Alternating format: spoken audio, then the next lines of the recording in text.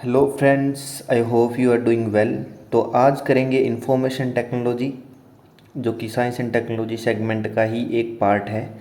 तो बात करते हैं बेसिक्स ऑफ कंप्यूटर्स की, जिसमें कंप्यूटर क्या है। तो सबसे पहले हम ये देखेंगे कि कंप्यूटर की खोज किसके द्वारा की गई। तो सबसे पहले चार्ल्स बाबेज जो थे, उन्होंने कंप्यूटर को बनाया था। जो बेसिक कंप्यूटर है उसको बनाया था, लेकिन जो एडवांस्ड कंप्यूटर है उसको बनाया था जॉन वन न्यूमैन।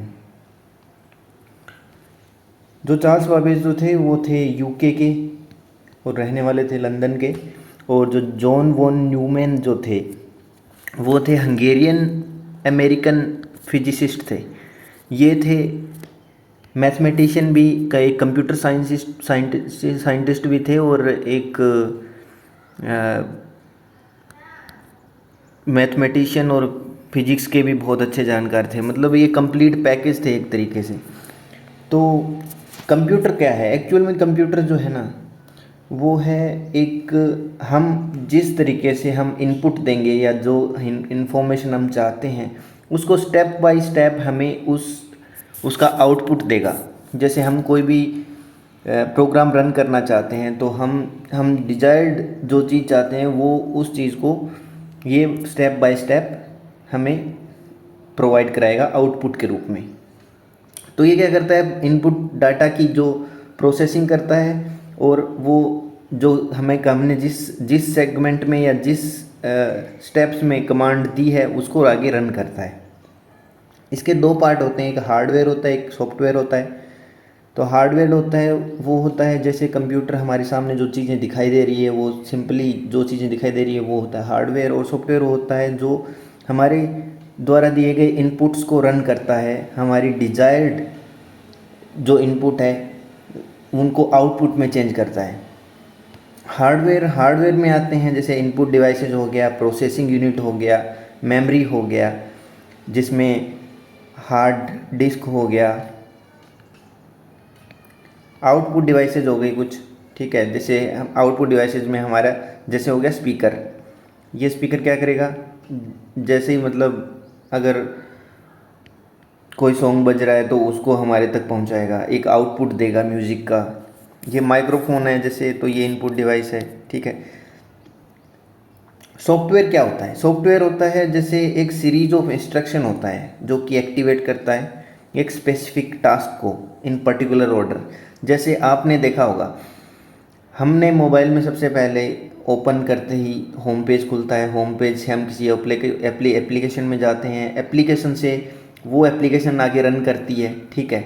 और फाइनली हम क्या करते हैं, जैसे अगर पीडीएफ को ओपन करना है और उसको पढ़ना है तो हम लोग पढ़ते हैं।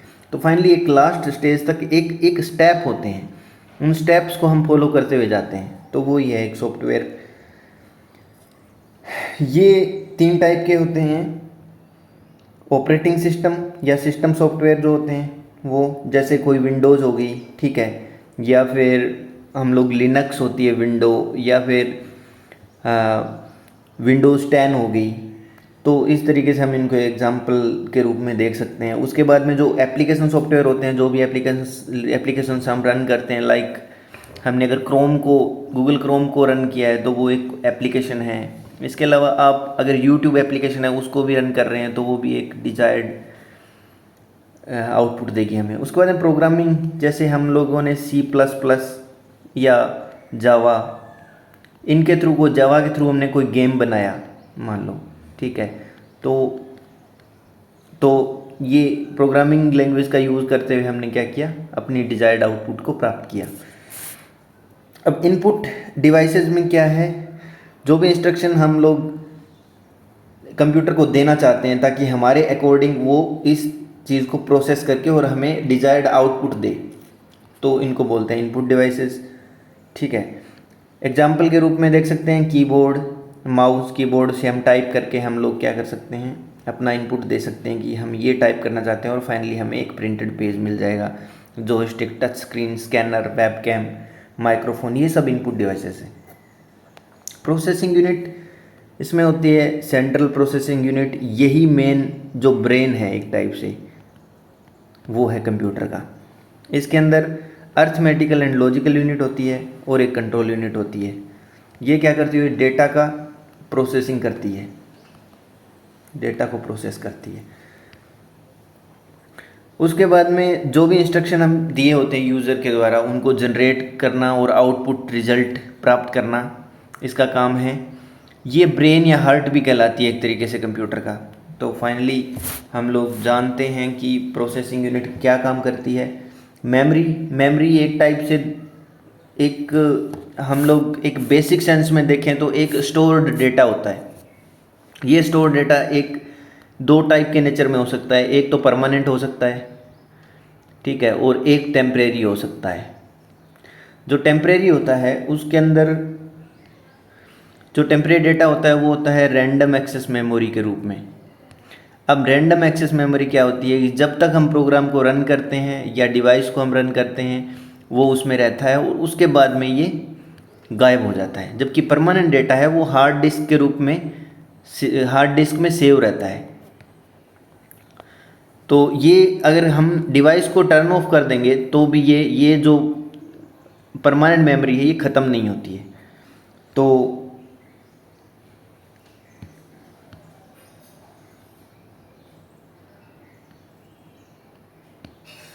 नेक्स्ट हम स्टार्ट करते हैं प्राइमरी या मेन मेमोरी। ये प्राइमरी मेमोरी जो होती है वो इलेक्ट्रॉनिक मेमोरी के रूप में सेव रहती है कंप्यूटर सिस्टम में। डेटा, इंस्ट्रक्शन या इंस्टेंटेनियस रिजल्ट्स इसमें स्टोर होती है। इसके बाद में लो मेमोरी कैपेसिटी होती है इसकी, लेकिन इसकी स्पीड बहुत हाई होती है, ठीक है। उसके बाद में रैंडम एक्सेस मेमोरी, ये क्या करती है, एक टेम्परेरी मेमोरी टाइप होती है, ठीक है। टेम्परेरी मेमोरी होती है जब भी कंप्यूटर स्टार्ट होता है और जब तक ऑफ होता है तब तक अवेलेबल रहती है। उसके बाद में जो भी हम लोग इंस्ट्रक्शन और कमांड और जो भी डेटा यूज़र द्वारा दिया जाता है कंप्यूटर को, ठीक है, वो रैम के रूप में स्टोर्ड रहता है। जैसे हम मोबाइल में भी देखते हैं कि हमने जो प्रीवियस एप्लीकेशंस स्टार्ट करी होती है वो सारी एप्लीकेशंस बैकग्राउंड में रन होती है जब तक हम उनको बंद नहीं करते हैं। ये क्या लॉस्ट हो जाती है जब भी हम उसको बंद करते हैं, जैसे डिवाइस को बंद कर दिया, कंप्यूटर को बंद कर दिया, तो ये लॉस्ट हो जाएगी। High capacity RAM can be smoothly run various program. अगर इसकी रैम की मेमोरी हाई है, जैसे अगर जितनी हाई मेमोरी होगी उतना ही ज़्यादा स्मूथनेस ऑफ प्रोग्राम होगा, स्मूथनेस होगी, ठीक है। रीड ओनली मेमोरी में क्या होता है, ये परमानेंट टाइप की मेमोरी होती है। ये हम अगर डिवाइस को टर्न ऑफ कर देंगे तो भी ये डिलीट नहीं होगी। और जो भी डेटा स्टोर्ड है वो एक रीड ओनली टाइप का होता है और ये डिस्ट्रॉय या अल्टर तभी होता है जब हम खुद उसको करने की कोशिश करते हैं। उसके बाद में सेकेंडरी या एनसीएलई मेमोरी, ये एक मेमोरी कार्ड या पेन ड्राइव जो होता है हम बाहर से इंसर्ट करते हैं डिवाइस को, या सीडी ड्राइव या डीवीडी ड्राइव जो होती है वो होती है। तो वो होती है सेकेंडरी या एंसिलरी मेमोरी। आउटपुट डिवाइसेस में मॉनिटर, जिससे हम स्क्रीन को देखते हैं और अपने प्रोग्राम्स को रन करते हैं, touch screen, printer, plotter and speaker, these are all the output devices. उसके बाद में आता है ऑपरेटिंग सिस्टम। देखिए ऑपरेटिंग सिस्टम है ना, वो एक हमने नाम सुना है एंड्रॉयड, एक नाम सुना है iOS, ठीक है। ये दोनों ऑपरेटिंग सिस्टम्स हैं। अब जो एंड्रॉयड ऐप ऑपरेटिंग सिस्टम है ये मेनली हमें जो जितने भी मोबाइल एंड्रॉयड मोबाइल उनमें मिल जाएगा, एंड्रॉयड 11, 12, 13 इस टाइप से। और iOS है ये हमें एप्पल के मोबाइल में मिलता है, ठीक है। अब इनके अंदर कुछ स्पेसिफिक करेक्टरिस्टिक्स होती है, लाइक अगर iOS होगा तो उसकी स्पीड अच्छी होगी, उसमें अगर रैम की साइज़ कम है तो भी ये स्मूथनेस दिखाएगा, लेकिन इसके अंदर अगर रैम का साइज़ ज़्यादा है तो भी उतनी स्मूथनेस नहीं होगी जितनी iOS की होगी। तो कुछ इसके और iOS के और एंड्रॉयड के दोनों के अपने अपने एडवांटेजेस हैं। तो ऑपरेटिंग सिस्टम होता क्या है एक्चुअली, ये सेट ऑफ प्रोग्राम्स होता है जो कि सभी रिसोर्सेज होते हैं कंप्यूटर के उनको मैनेज और कंट्रोल कर सकता है, ठीक है। हम कोई भी प्रोग्राम, कोई भी एप्लीकेशन अगर रन करना चाहते हैं तो ऑपरेटिंग सिस्टम में रन कर सकते हैं। Windows operating system, iOS operating system, Android operating system, ये इसके एग्जाम्पल है। ई गवर्नेंस क्या होता है कि जैसे अगर हम इंटरनेट पे कुछ भी कर रहे हैं ना, चाहे हम इंटरनेट पे कोई सर्विसेज दे रहे हैं इंटरनेट का यूज़ करते हुए, तो उसको उसको बोलते हैं ई गवर्नेंस।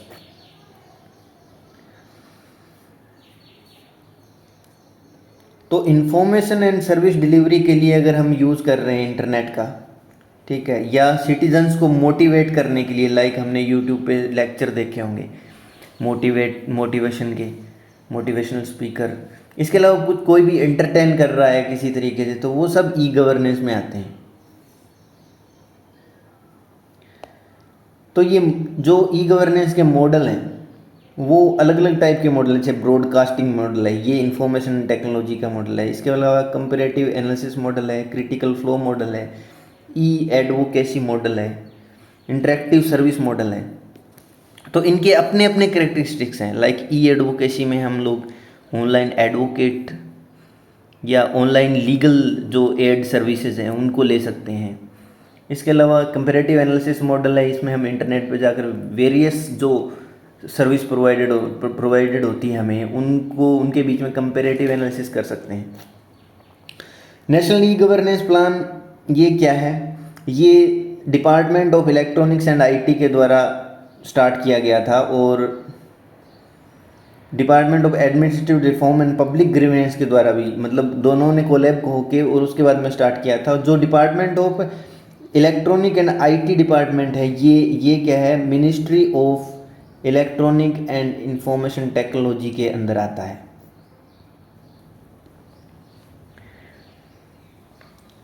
MOEIT इसके अंडर में आएगा, डिपार्टमेंट ऑफ EIT, और उसके बाद में जो भी इसने फ्लैगशिप प्रोग्राम स्टार्ट किया है, फ्लैगशिप योजना स्टार्ट की है, वो आएगी। ठीक है, तो ये it is directly under control of DOEIT।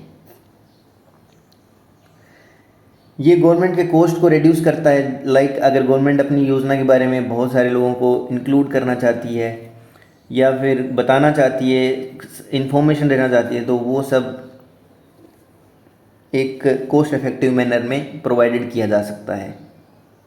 इसके अलावा सिटीजन्स का एक्सेस है गवर्नमेंट सर्विसेज के लिए, बहुत सारा इंक्लूजन हो सकता है सिटीजन्स का through common service centres. Like कुछ कॉमन सर्विस सेंटर जैसे ग्राम पंचायत में भी कॉमन सर्विस सेंटर हो, जो ई मित्राज हमने देखे होंगे, तो वो सब सर्विस सेंटर्स जो होते हैं वो प्रोवाइड करते हैं इंफॉर्मेशन, ताकि सिटीजन्स ज़्यादा से ज़्यादा गवर्नमेंट के द्वारा चलाई गई योजनाओं का लाभ उठा सके। ये 27 मिशन मोड प्रोजेक्ट और 10 कंपोनेंट्स के साथ मई 2006 में स्टार्ट हुआ था, तो ये एक फैक्चुअल है। उसके बाद में अभी 44 मिशन मोड चल रहे हैं प्रोजेक्ट, 44 मिशन मोड प्रोजेक्ट चल रहे हैं इसके अंदर नेशनल ई गवर्नेंस प्रोग्राम में। इसके अंदर क्या है कि जैसे सेंट्रल लेवल पे, स्टेट लेवल पे और इंटीग्रेटेड लेवल पे, जिसमें सेंटर और स्टेट दोनों इन्वॉल्व होते हैं, इस टाइप के अलग अलग प्रोजेक्ट चल रहे हैं। उसमें 15 प्रोजेक्ट सेंट्रल गवर्नमेंट लेवल पे और 17 स्टेट गवर्नमेंट, राजस्थान गवर्नमेंट चला रही है, और उसके बाद में जो इंटीग्रेटेड मिशन मोड प्रोजेक्ट है वो 12 चल रहे हैं। अब जैसे फॉर एग्जांपल ई ऑफिस है, ई ऑफिस में क्या है कि हम सेंट्रल गवर्नमेंट के सभी जो ऑफिसेज हैं उनके अंदर से इंफॉर्मेशन का डेटा कलेक्ट कर सकते हैं, इलेक्ट्रॉनिक ऑफिस। इसके बाद में UID, तो यूनिफाइड आइडेंटिटी, लाइक आधार है, ठीक है, आधार से हमने पूरे जो इंडिया की पॉपुलेशन है उसका डेटा कलेक्ट कर लिया, और डेटा कलेक्ट करने के बाद में हम वेरियस जो भी स्कीम्स गवर्नमेंट रन करती है उसका फ़ायदा हम दे सकते हैं, और उनका डेटा हमारे पास कलेक्टेड है, तो हम इसके बेसिस पे हम क्या स्कीम स्टार्ट करनी है वो भी देख सकते हैं। इंश्योरेंस, पेंशन, पोस्ट, बैंकिंग, इन सब में जो ई गवर्नेंस मॉडल है वो काम में लिए जा सकते हैं। उसके बाद स्टेट गवर्नमेंट में ई डिस्ट्रिक्ट, ई पंचायत, ई गवर्नेंस इन म्यूनसिपलिटीज़, पब्लिक एडमिनिस्ट्रेशन, क्राइम के अंदर क्रिमिनल्स का डेटा जो है उसको प्रोसेस करके हम बहुत कम समय में क्रिमिनल्स के बारे में जान सकते हैं। इसके अलावा इंटीग्रेटेड मोड में क्या है कि सेंटर और स्टेट दोनों इन्वॉल्व हैं। इसके अंदर ये भी है, देखो ई कोर्ट देखो, हमारा जो जुडिशरी सिस्टम है वो इंटीग्रेटेड है। इंटीग्रेटेड इन द सेंस कि सबसे पहले सुप्रीम कोर्ट आता है, उसके बाद में हाई कोर्ट आता है, उसके बाद में district court and session court आते हैं, ठीक है। तो ये एक इंटीग्रेटेड अप्रोच है जुडिशियल सिस्टम की। ऐसे नहीं है कि हाँ फेडरल सिस्टम होगा या फिर स्टेट का अलग हाई कोर्ट होगा और सेंटर का अलग सुप्रीम कोर्ट होगा। इस टाइप से जुडिशरी की जो अप्रोच है वो इंटीग्रेटेड है, और इसी के अंदर जो मिशन मोड स्टार्ट किया गया है वो इंटीग्रेटेड मिशन मोड प्रोजेक्ट है। अब मॉडल ऑफ ई कॉमर्स में बिजनेस टू बिजनेस, लाइक एक बिजनेस है वो दूसरे, अगर कोई कंपनी क्रिकेट का सामान बना रही है, ठीक है, वो दूसरे दूसरे किसी कंपनी के साथ में अपने मान लो कुछ रॉ मटेरियल ले रही है, ठीक है, तो ये business to business e commerce model हो गया। बिजनेस टू कंज्यूमर, ये बिजनेस है, कोई भी कंपनी है वो क्या कर रही है, कंज्यूमर्स को अपने सामान प्रोवाइड करवा रही है, ठीक है। तीसरा कंज्यूमर टू बिजनेस, जब मान लो कोई कोई कंज्यूमर है जो अपने अपने यूट्यूब चैनल पे इस कंपनी का ऐड दे रहा है, एडवर्टाइजमेंट दे रहा है, तो ये कंज्यूमर टू बिजनेस हो गया। कंज्यूमर टू कंज्यूमर भी इसका एक पार्ट है। उसके बाद में बिजनेस टू गवर्नमेंट, गवर्नमेंट मान लो किसी भी कंपनी से अगर कुछ बल्क में किसी ऑफिस के लिए चेयर्स मान लो खरीद रही है, या फिर कुछ भी सामान ऐसा खरीद रही है जो कि बल्क में उनके जो गवर्नमेंट ऑफिसेज है उनके लिए काम में लिया जाएगा, तो ये इस तरीके का मॉडल जो है वो बिजनेस टू गवर्नमेंट मॉडल है। कंज्यूमर टू गवर्नमेंट, अगर कोई कंज्यूमर है वो गवर्नमेंट को कोई सर्विसेज प्रोवाइड कर रहा है, तो वो कंज्यूमर टू गवर्नमेंट मॉडल हो गया। अब आते हैं जो भी हर्डल्स आते हैं हमें प्रोग्राम रन करने में, कोई भी एप्लीकेशन रन करने में, उनकी तरफ। सबसे पहले मालवेयर, ये होता है मलेशियस सॉफ्टवेयर होता है एक तरीके का, जो कि हमारे कंप्यूटर को हार्म करता है। हमारे कंप्यूटर में जितनी भी फाइल्स जो स्टोर रहती है उन सबको नुकसान पहुंचाने का काम करता है, उनको करप्ट कर देगा, जिससे क्या होगा, जिससे हम वो फाइल ओपन नहीं कर पाएंगे। मालवेयर जो होते हैं इसके अंदर जैसे वायरसेस भी होते हैं, ट्रोजन हॉर्सेस भी होते हैं। एक्चुअली में ट्रोजन हॉर्स क्या होता है, ट्रोजन हॉर्स एक ग्रीक टर्मिनोलॉजी है। इसमें क्या होता था कि एक जो राजकुमार था कोई, उसको एक राजकुमारी हेलन थी उस स्पार्टा स्टेट की, ठीक है, उससे प्यार हो जाता था, और उसके बाद में वो उसको भगा के अपने अपने शहर में ले आता था। उस शहर के चारों ओर किलेबंदी थी। तो क्या होता था कि जो राजकुमारी का पिता जो था वो यहाँ पे आया, सैनिकों के साथ आया और इनसे लड़ा, लेकिन क्या हुआ कि वो इस किले को जीतने में सफल नहीं हो पाया, और फाइनली वो क्या एक लकड़ी का घोड़ा यहाँ पे खड़ा करके चला गया किले के गेट पे। और वो लकड़ी का घोड़ा था, वो जब इन सैनिकों ने गेट खोला तो वो सब लोग जा चुके थे वहाँ पे। जो राजकुमारी का पिता था वो भी यहाँ से जा चुका था, लेकिन जो लकड़ी का घोड़ा था वो वहाँ पे खड़ा था। उन्होंने सैनिकों ने सोचा कि भाई ये एक गिफ्ट है और इस गिफ्ट को क्या करते हैं, हम ले लेते हैं। तो ये लकड़ी का घोड़ा अंदर ले आए और उसके बाद जश्न मनाया जीत का, और फिर सो गए। लेकिन इस लकड़ी के घोड़े के अंदर जो भी सैनिक छुपे हुए थे, उन्होंने अंदर से वो लकड़ी का एक छोटा सा दरवाज़ा था वो खोला, उसके बाद निकले और सब जगह तहस नहस करके और राजकुमारी को वापस लेके चले गए। तो एक तरीके से ये था कि इसका नाम रखा गया था ट्रोजन हॉर्स, यानी कि लकड़ी का घोड़ा। तो ये वही ट्रोजन हॉर्स है, वही टर्मिनोलॉजी यहाँ पे यूज़ की गई है। यहाँ पे क्या किया गया है कि ये ट्रोजन हॉर्स है वो हमारी जितनी भी फाइल्स हैं उनको डिलीट कर सकता है, उनको मतलब ख़त्म कर सकता है। उनके अंदर जो इन्फॉर्मेशन है वो किसी भी स्पाई को या किसी भी एनिमी को ट्रांसफ़र भी कर सकता है। स्पाईवेयर जो होता है वो भी इसी तरीके की एक प्रोग्राम होता है छोटा सा, जो कि हमारे कंप्यूटर की फाइल्स और जो स्टोर डेटा है उनको नुकसान पहुंचा सकता है, या उनको एनिमी को दिया मतलब ट्रांसफ़र कर सकता है। कुछ एग्जांपल्स हैं, जैसे कोविड लॉक रैनसमवेयर था। रैनसमवेयर भी इसी टाइप का एक सॉफ्टवेयर है जो कि क्या करेगा हमारे जो भी मतलब जो फाइल्स हैं उनको लॉक कर देगा, और फाइनली क्या करेगा, इनको ओपन करने के लिए इनकी ओपन करने के एवज में कुछ पेमेंट को डिमांड करवाएगा, लाइक कि 1 करोड़ रुपए ट्रांसफ़र करो तभी ये जो आपकी फाइल है ये खुलेगी। और उस फाइल के अंदर हमारा इंपॉर्टेंट डेटा होता है। लोकर होगा, ये भी रैनसमवेयर था। इमोटेंट ट्रोजन, ये भी 2018 में आया था। वानाक्राई रैनसमवेयर 2017 में आया था। तो फाइनली क्या है कि एक्चुअल में जो रैनसमवेयर का पर्पज़ होता है वो किसी तरीके से पैसे को हड़पना होता है, कि किसी फाइल को लॉक करके या किसी भी डेटा को लॉक करके उसके बाद में ये लोग पेमेंट का डिमांड करते हैं, डिमांडिंग ऑफ पेमेंट। नेक्स्ट है वायरस। वायरस क्या होता है, vital information resources under seize. इसकी जो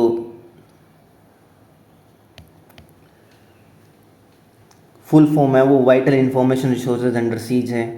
ठीक है, वायरस जो होते हैं वो एक स्मॉल प्रोग्राम होते हैं। ठीक है, और हमारी डे टू डे वर्किंग को अफेक्ट करते हैं। अलग अलग फाइल्स को कभी करप्ट करने की कोशिश करेंगे, कभी उनके अंदर जो भी डेटा अवेलेबल होगा उसको डिस्ट्रॉय करने की कोशिश करेंगे, उसको स्टील कराएंगे। हमारे पर्सनल इन्फॉर्मेशन है, मान लो हमारी कुछ भी पर्सनल फ़ोटोज़ है, वो अगर कोई हमारे अंदर हमारे मोबाइल के अंदर वायरस आ गया तो वो किसी एनिमी को भेज देंगे। तो इस तरीके से नुकसान पहुंचाते हैं। स्पाईवेयर होता है वो मेनली ये स्पाइंग करते हैं फाइल्स और स्टोर डेटा की। फाइल्स एंड जो स्टोर डेटा होता है उसको स्पाइंग करके और उसके बाद में इंफॉर्मेशन कलेक्ट करेंगे और फाइनली क्या करेंगे, सॉफ्टवेयर मेकर को भेज देंगे। यानी कि हमने मान लो स्पाईवेयर, जैसे हमने मोबाइल में कोई भी अनआइडेंटिफाइड एप्लीकेशन डाउनलोड कर ली और वो क्या करेगी, हमारे पूरे के पूरे डेटा को जो सॉफ्टवेयर मेकर है चाइना में बैठा हुआ उसको भेज दिया मान लो उसने। ठीक है, तो उससे क्या होगा, उससे वो अब हमारा सारा डेटा इकट्ठा कर लेगा और उसको जो इन्फॉर्मेशन चाहिए होगी वो उसका यूज़ कर लेगा, पर्सनल इन्फॉर्मेशन को स्टील कर। जैसे पेगासस क्या है, स्पाईवेयर है एक, ये इंपॉर्टेंट नाम है, एग्जाम में भी आ सकता है। ट्रोजन हॉर्स मैंने आपको बताया, ये रिमोटली कंट्रोल्ड होता है, दूर से ही मान लो ये क्या करेंगे, एक प्रोग्राम को हमारे कंप्यूटर में इंस्टॉल करेंगे या हम लोग कोई और सॉफ्टवेयर डाउनलोड करेंगे, उसके साथ में एक ट्रोजन हॉर्स भी डाउनलोड हो जाएगा और फाइनली करेगा जो हमारे फाइल्स और डेटा जो होंगे, ठीक है, उनको चुरा के और मलिशियस एक्शन करेगा। मेनली क्या है कि ट्रोजन हॉर्स जो होता है वो अपनी कॉपी, जैसे वायरस होता है वो अपनी कॉपी बना लेता है। जैसे हमने अगर सी ड्राइव, डी ड्राइव और ई ड्राइव है मान लो कंप्यूटर में, तो वो वायरस क्या होगा कि सी ड्राइव में अगर आया तो वो डी में भी आ जाएगा और उसके बाद में ई में भी आ जाएगा। कैसे, अगर सी ड्राइव से हमने कोई चीज़ कॉपी करी डी में तो वो उसके साथ वायरस भी ट्रांसफ़र हो जाएगा, फिर डी से ई में ट्रांसफ़र हो जाएगा, इस तरीके से पूरे कंप्यूटर में फैल जाएगा। लेकिन जो ट्रोजन हॉर्स है वो ऐसे आइडेंटिकल कॉपीज नहीं बनाएगा, लेकिन काम ऐसा ही करेगा। ये हार्मफुल कंप्यूटर प्रोग्राम है एक। स्पैम क्या होता है, जैसे हमारे पास कुछ जंक कॉल्स भी आते हैं, लाइक किसी कंपनी का एडवर्टीजमेंट देना है, ठीक है, या फिर मतलब कुछ मेल्स आते हैं जो जो जो किसी भी कंपनी के एडवर्टीजमेंट के बारे में, किसी इन्फॉर्मेशन के बारे में या क्रेडिट कार्ड के बारे में, ये सब जंक मेल होते हैं। ठीक है, और अगर इनको हम ओपन करते हैं तो इनके अंदर कुछ ऐसा हार्मफुल सॉफ्टवेयर होता है जो हमारे फ़ोन या हमारे डिवाइस में अपने आप इंस्टॉल हो जाएगा। इंस्टॉल होने के बाद में वो क्या करेगा, डिजायर्ड जो वो चाहते हैं वही होगा, यानी कि जो फाइल या डेटा वो चाहते हैं उनको मिल जाएगा, जैसे क्रेडिट कार्ड फ्रॉड हो गया। ठीक है, एक तरीके से ये इकोनॉमिकल हार्म भी पहुंचाते हैं, ये स्पैम। इसलिए स्पैम्स जो होते हैं उनको खोलना नहीं चाहिए। एक ईमेल में भी एक स्पैम फोल्डर अलग से बना होता है, उसके अंदर ये स्पैम जो जंक मेल्स है वो जाते रहते हैं, स्टोर होते हैं।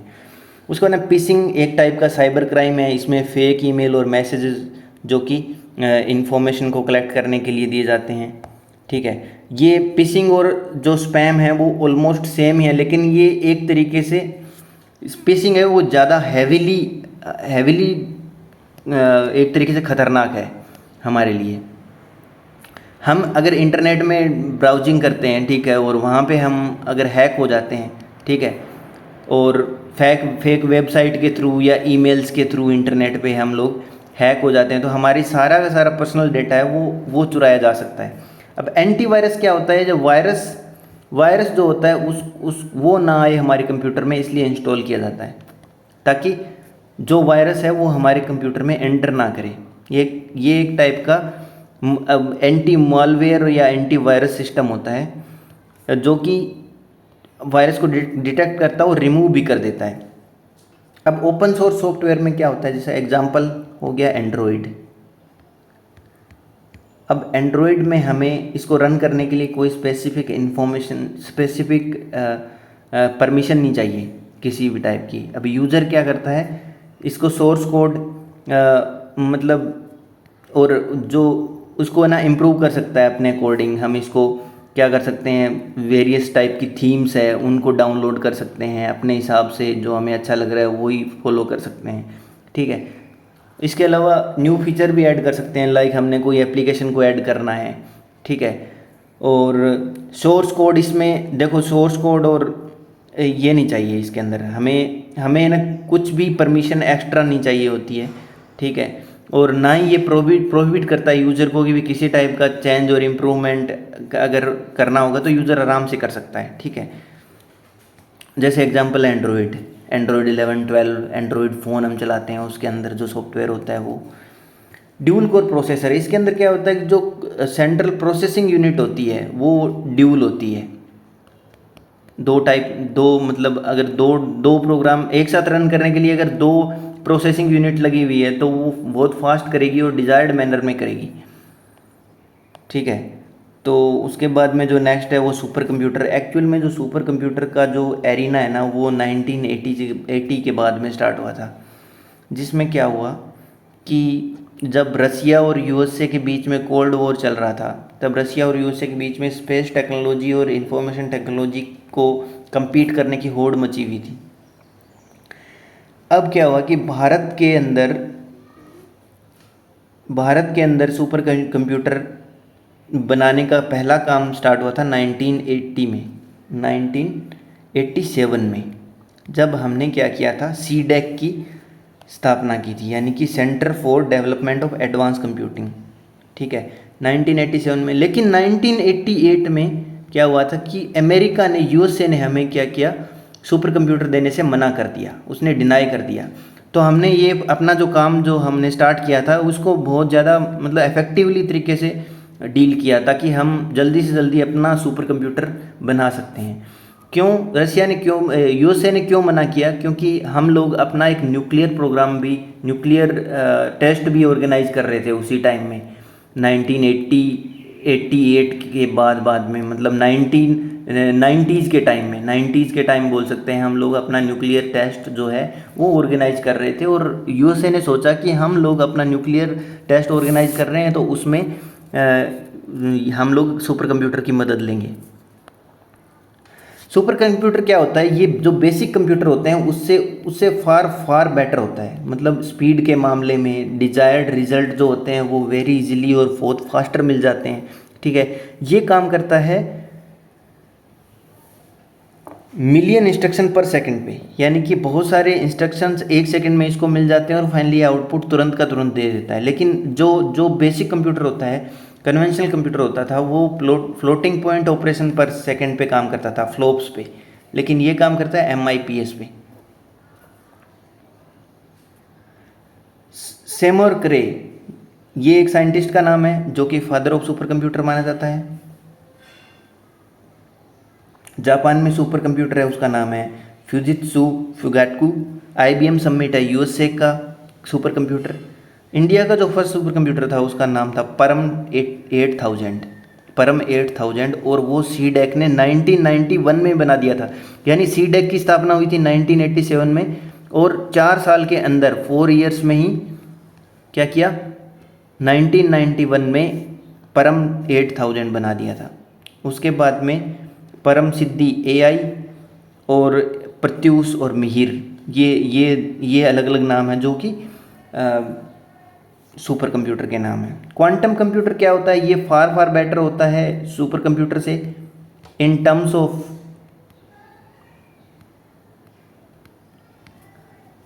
ऑफ परफॉर्मिंग कंप्यूटेशन, यानी कि अगर कोई भी डाटा है उसको प्रोसेस करना है तो वो उनको क्या करेंगे,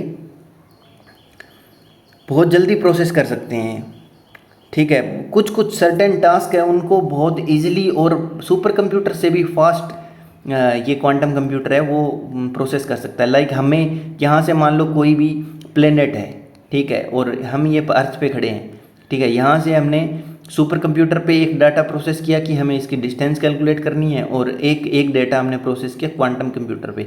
तो क्वांटम कंप्यूटर है वो क्या करेगा, वो इजीली और बहुत फास्ट इसको प्रोसेस करके हमें बता देगा कि इसकी जो डिस्टेंस है वो कितनी है।